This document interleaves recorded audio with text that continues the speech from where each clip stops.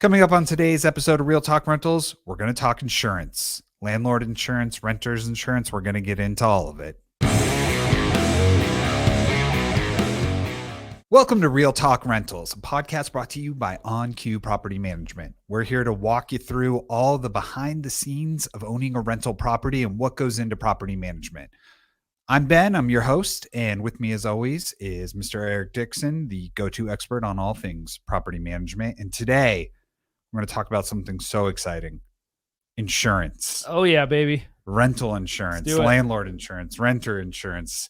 There's a lot to it. It's kind of daunting, but we're going to do our best to go over it, even though we are both not insurance agents. Yeah, that's the ultimate disclaimer, right? It's like, hey, listen to this and then seek advice from a real insurance broker. Exactly. Yeah. But this will be from kind of from our perspective, right? Just as property managers. What we see all the time. All right. So, Eric, landlord insurance. It's a good idea, right? We should have it. Yeah. And so this is actually a conversation as I was signing up clients for years and years and years for OnQ, even as I was back when I was just an agent, is the first question people would ask, right? How much does my house rent for? And then what do I need? Do I need landlord insurance? Right. And so it's kind of knowing the difference, right?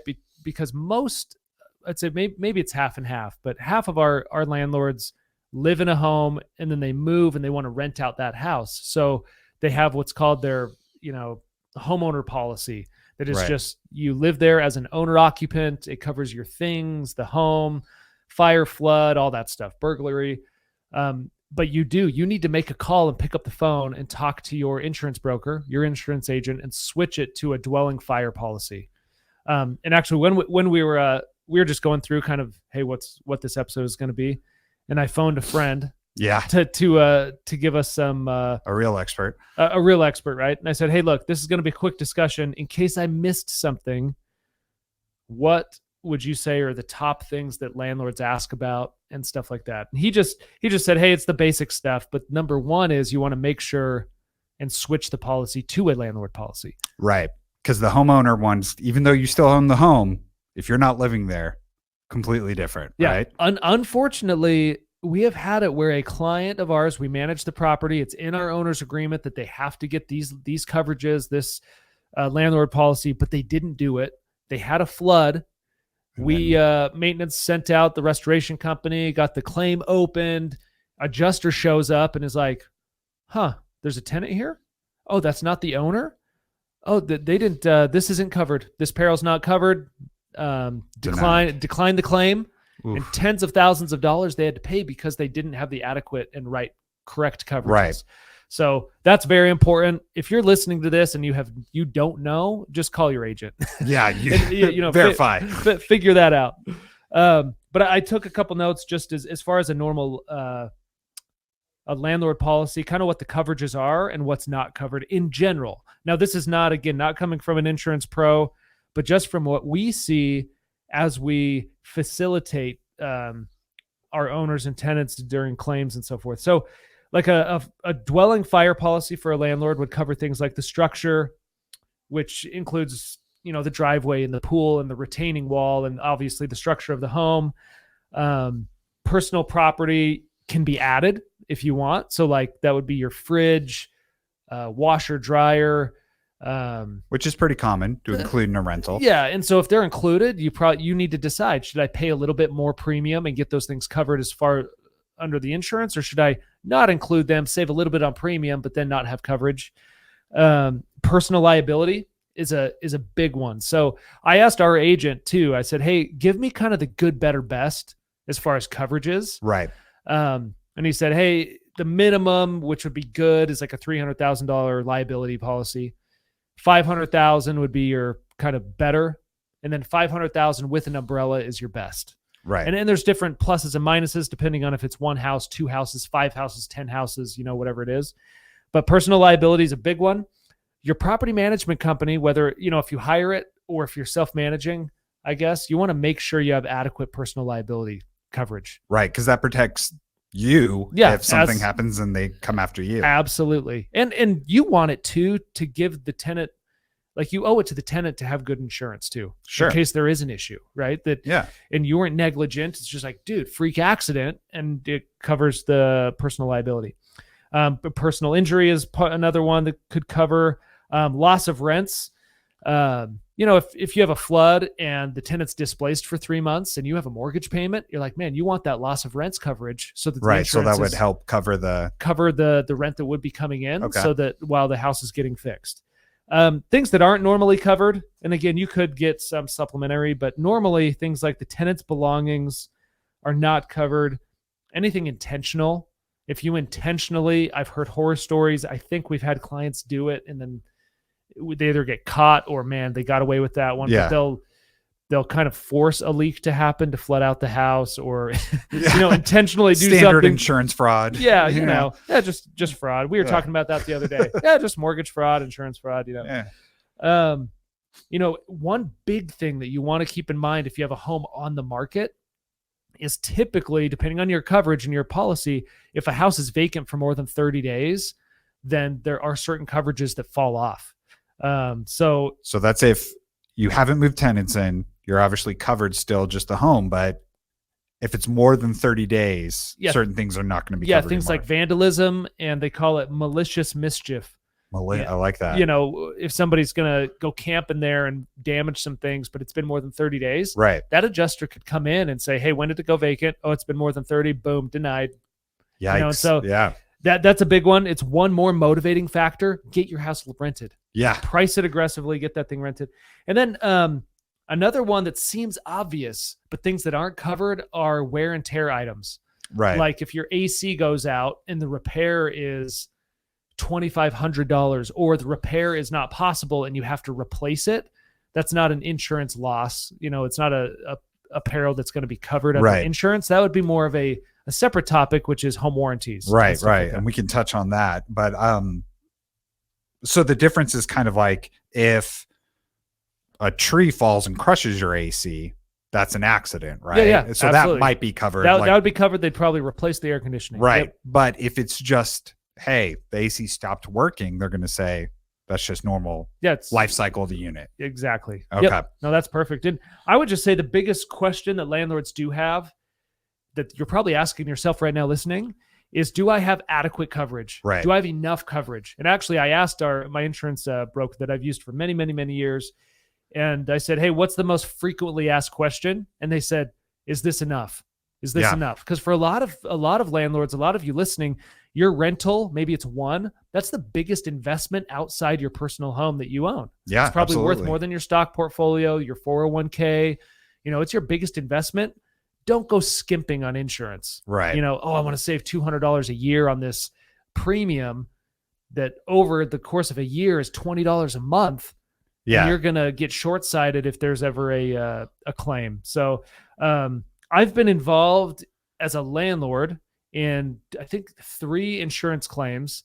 And one of them made me become a believer, right? So my insurance broker, like I said, I won't name him on here, but he set me up with insurance on my fourplex, and it's expensive. It's 4 units, and it was a lot more than a single family home. It's like, okay, whatever. Well, a leak happened in a bathroom. And this is back, if you guys have been listening to prior episodes, this is back when I self-managed. Right. Before you knew better. Oh, yeah. Before I knew better. This was almost 10 years ago. And, there was a leak behind the shower or something. Okay. And I walked in and I'm stepping on the tile and it's wet under the tile. So I'm like, crap. Yeah. I call my agent. He opens a claim. The adjuster comes out after they had, the restoration company dries it out. And the restoration company and the adjuster showed up and they're like, oh, man, this leak backs up to 3 other bathrooms in your 3 other units. And this is actually going to be 4 different claims if the source isn't the same or something. I can't even remember. But then they pulled out the policy, and it's like, oh, well, you have added coverage for X, Y, and Z. Yeah, we're going to be able to loop this into one big claim, and you're totally covered. And they gutted 4 bathrooms and replaced everything for 1 deductible. Did your heart skip a little? Yeah, and I was like, dude, this is either a $30,000 issue or a $1,500 issue, right. For the deductible. So, to my insurance agent's credit, he got me that premium coverage for that Right. freak accident, the pinhole leak behind the wall, and it damaged all these units. I had loss of rents for all the units. The tenants all moved out and moved in different places, and I got rent until that thing got done. So, Oof. and it's just because he gave me premium coverage. Right. Last year, this is the last one I'll kind of share, but last year I had a hose bib backed up or some sort of leak, all minor water issues, but it leaked from the outside into the master bathroom. The property manager set up the claim, did everything. And this is back when OnQ managed everything. Right. I just got a call from the property manager. Hey, you have a leak. I was like, all right, yeah, send somebody out. They call me from on site like, hey, this is way worse than we thought. Restoration came in, cut everything up. And they redid the whole master. They did part of the kitchen, all new flooring, all this stuff for $1,500, my deductible. I'm just like, dude, because I had fantastic coverage, Right. the tenant got up in a hotel covered by the insurance. I got loss of rents. I got, all this other stuff. So I'm a believer of just over insuring and making sure I'm covered. Just to make sure, I've seen both sides. So we were just on that subject, but like self-managing, you did that for a long time and you still had insurance when you did that. But what does that look like? If you're in a property management company, is your insurance different as opposed to self-managing, or is it? Well, technically it wouldn't be different. Like you could have the same, but one thing that if you are shopping for property management companies, ideally they'd have at least a minimum, right? That's like, hey, minimum you need 300,000 or 500,000 liability, or hey, if you have a pool, you got to have this, or you got to have these different safeguards. And it causes you to question, do I have adequate coverage? Right. I'm hoping that when people sign one on with us, that's what happens, right? It's in the contract. We mention it like, hey, make sure you have at least these bare minimums. So it's not that the insurance coverage would change, but maybe maybe hiring a professional will give you a little bit more insight, and you'll shop it. You'll try somebody else. Yeah, it'll answer that question for you. Is there enough coverage? They've seen it all. Yeah. We've seen it all here, so we'll tell you. So I would say as far as having the insurance, nothing really changes. Maybe you shop it, maybe you check your coverages. But I think what does change is when a claim happens, if I'm self-managing, I might have a contact or two, text some buddies, post on Facebook, hey, does anybody know a plumber? But when you have a professional manager, they've got that relationship with vendors, plumbers, electricians. Like we have restoration specialists that, hey, if it catches on fire, we're going to send these guys.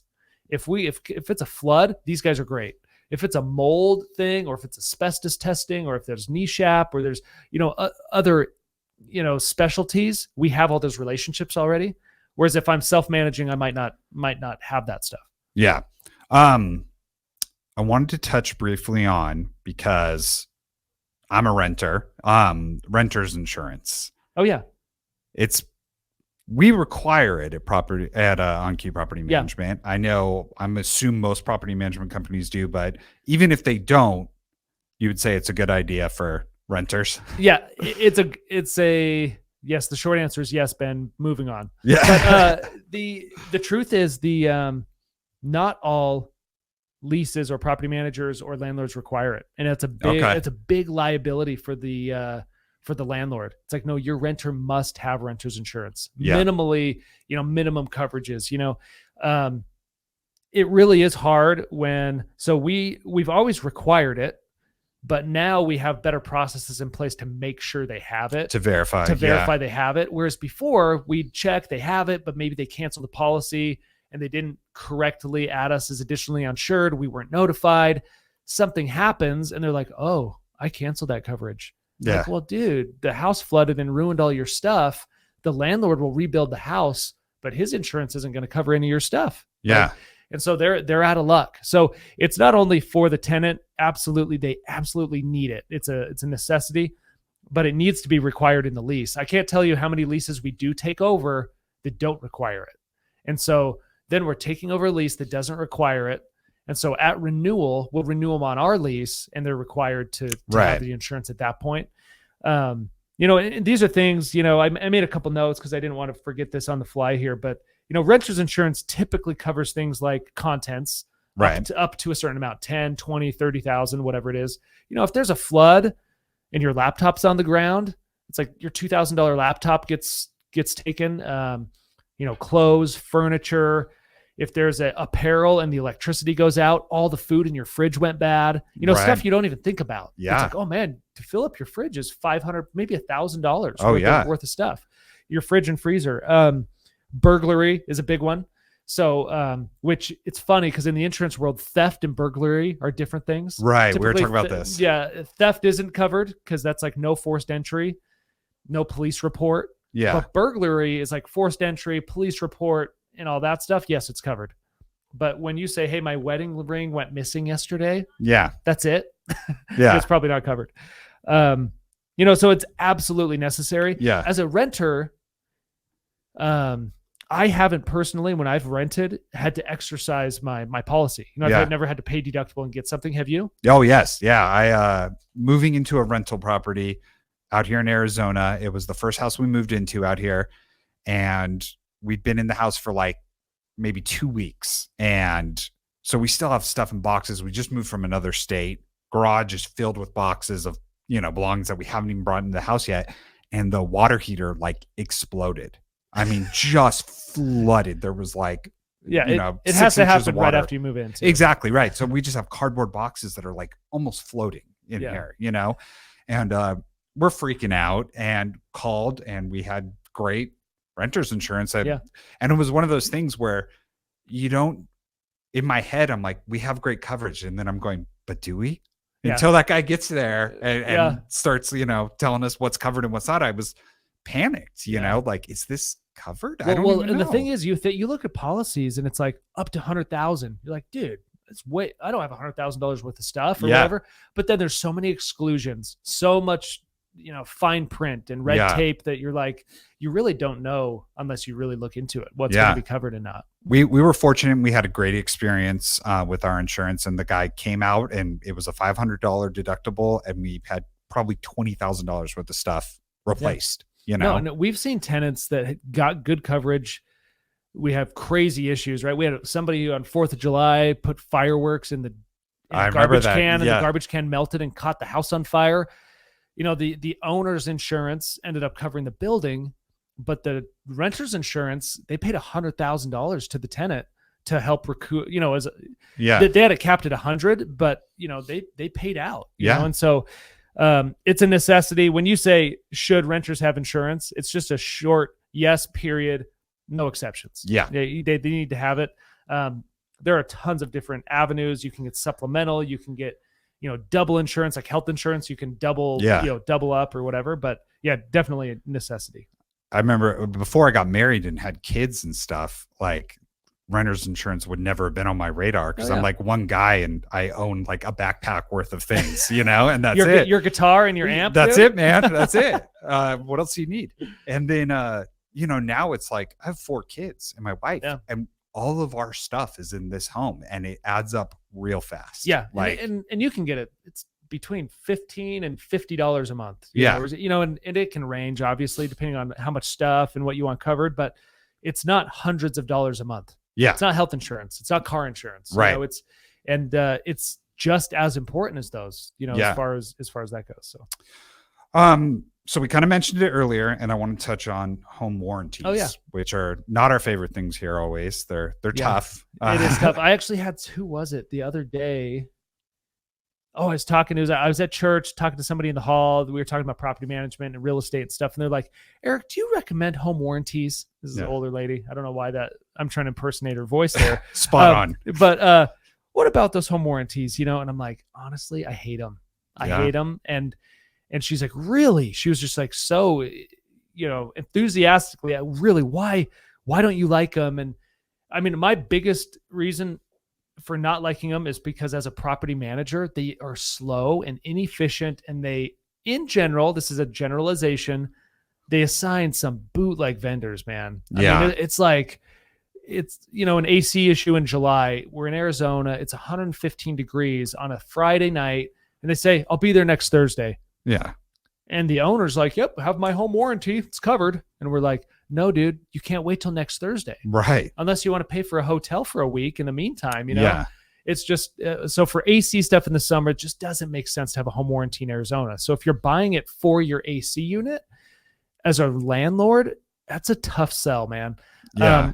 I do feel a little bit differently about it if you owned your house and you got a home warranty for you, because you and your wife would be like, hey, we're doing this and we'll roll with the punches. Like we can make that call for ourselves. We'll make that call for Yeah. ourselves. But when you're doing it and you're displacing a tenant's experience and their pure enjoyment of the home to save $100 or $200 or $300, I rarely see that a home warranty saves you thousands of dollars. It's like, no, you pay $500, $600 a year, and then you pay the service call every time. And then I'm like, you're $1,000 into this thing. You saved maybe $300. And you created so much work for yourself and so much work for your property manager, and the experience for the tenant, I promise you, is not great. Yeah. I mean, you're literally displacing someone's life, a lot of times. And we always say this, but it's not intentional. Landlords aren't malicious. You think of warranties. Like, I got a warranty on when I buy something new. Like, of course, it sounds like a great thing. And you don't realize how many hurdles, how little it's saving you, and how many hurdles you might be going through. Even if it is saving the landlord a little bit of money, just do keep in mind the tenant's experience with it. Right. I mean, it's like, hey, if you save $100 on every plumbing repair, it's like, hopefully you don't have multiple plumbing repairs a year. It's like, and I can tell you that most of the time, people that bring over home warranties when it's time to renew, they just realize, you know what? I only used it once. I paid all this money. I paid all this money. I'm just going to take maintenance as it comes. And usually you save in the long run. Right. I'm just not a huge fan for that reason. And we have seen so many things denied. I mean, it's like, oh, my home warranty will cover it. They go out and they're like, oh, this isn't covered. It's like you said, it fits in perfect with insurance. Yeah. But home warranty's job, similar to an insurance adjuster's job, is to find ways to get out of covering it. Right. Yeah. So it's like, oh yeah, we totally cover the AC, but we don't cover Freon. Yeah. And it's like, well, dude, that's like half the cost of the repair. Yeah. That's $500 of the repair. Oh yeah. The AC doesn't work without that. But yeah. So I don't know. I mean, are they worth it? Again, it's another short answer. No, period. But if you already have one, hey, use it till it's done and then reevaluate. I'm not going to tell you absolutely cancel it, but reevaluate. Sure. Ask your property manager if their life will be easier with or without it. And if you love your property manager, you'll take that into consideration, Yeah. So, and I think there is, like, I know me personally coming into this business, I didn't know those were two different things. Yeah. Insurance and warranties, A lot of people don't. Actually, it's funny you say that. An owner recently, it was like 2 weeks ago, signed up with our service, and they sent in their proof of insurance for the property because, hey, we have a minimum liability coverage that you got to have. She sent over a copy of the home warranty and said, hey, I can't find the personal liability coverage on here. And actually our sales guy's like, hey, dude, check it out. She sent over the home warranty. Yeah. How do I don't want to and just call it what it is. Say, hey, that's the home warranty. Can you send over the insurance? Yeah. So they send over, and she's like, they own it free and clear. And the reason that's important, I'll get to in a second, but she's like, oh, I haven't got property insurance yet. And I'm like, no, it's tenant occupied. A tenant lives there. We're taking it over. It's not insured for fire, flood, all that stuff. And so we're like, no. Here, we gave her a couple referrals and just said, hey, look, you got to get property insurance before you onboard this to our company. And that's why we have those minimum coverages. The reason I mentioned the mortgage is because it's not uncommon that when you own it free and clear, you've got to pay your annual insurance up front. And some people just forget or they don't realize it. Yeah. When you have a mortgage, your mortgage servicer requires insurance as part of the payment. Right. So you can't actually do it. And if you don't provide them with insurance, they buy it on your behalf and charge you. So if you have a mortgage, usually it's built in. But no, it's just this week. It was somebody didn't know the difference between home warranty and insurance. They paid the $600 for the home warranty, thinking it was insurance for the property. Yeah. And it's like, oh no, that's everything but insurance. Yeah. It literally would cover the AC if it stopped working. But if the tree next door crashed through the house, you're just out of luck. Yeah. If the house burns down, it floods. Tenant does something malicious, it's like, no, you have no coverage. Yeah.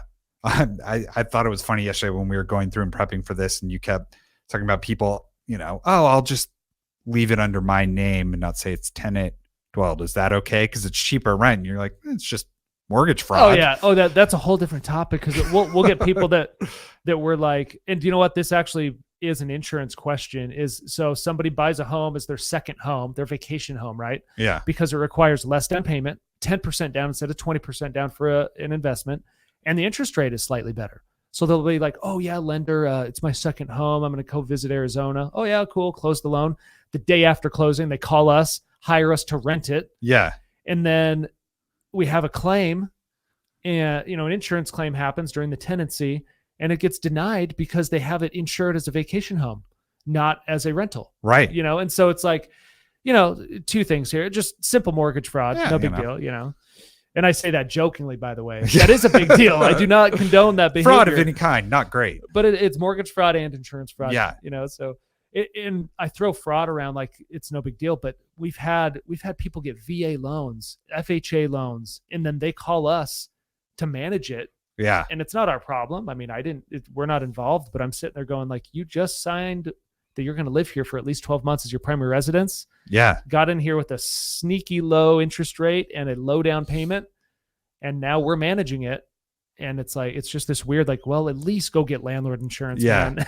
Well, they probably think too, like, not even like, trying to be sinister. They're just like, oh, I found a loophole. Oh, yeah. It's cheaper if I do it this way. Totally. And then it's like, yeah, man, you're not the first one to think of that. No, and now nothing is covered. No, I've got some friends that do an insurance podcast there. And by the way, we're not the insurance professionals again, but they'll even say like, do not shop rate or insurance just based off rate. Yeah. Like I promise you, it's not worth going to the lowest bottom of the barrel online insurance. Like I like having a broker that it lives locally and I can call and text. Yeah. Like I love that because when I have an insurance claim, I text him a thing, call him, whatever. He opens the claim and gets it done. Yeah. Online is probably a little cheaper, these big national brands. Sure. But I pay for top tier quality and top tier, coverage. So yeah, if you call it a national brand because you're going to do a podcast today to run through questions, yeah, they're probably not answering the phone. But that guy answered yesterday. Oh, dude, I even said, "Hey Ben, let me call him." I put him on speaker. Yeah, answered right away. Answered 2 rings. Called me by name. Yeah. Said, "Dude, how's your day going?" Walked through everything. Yeah, it was awesome. So, yeah, I mean, I think that kind of wraps it up. Like when it comes down to it, make sure you talk to a professional about insurance. Make sure you're covered. Yeah, that's your takeaway. Do you have adequate coverage right now? Yeah. Or when you buy your rental, don't just take your insurance agent's word for it about stuff. Call an insurance professional and say, "Hey, do I have adequate coverage? Do I need to change my coverage?" Yeah. And if it's a little bit more, it's probably worth it. Yeah, totally. In the long run, you get what you pay for. And then consult your insurance professional. Don't listen to this and and make changes just based off me and Ben. Yeah. If you're making life changes based on what we say, that's rough. All right. Well, that's it for us this time. Be sure to follow the podcast and leave us a 5-star review if you can. It really, really helps out. And we will check you guys next time.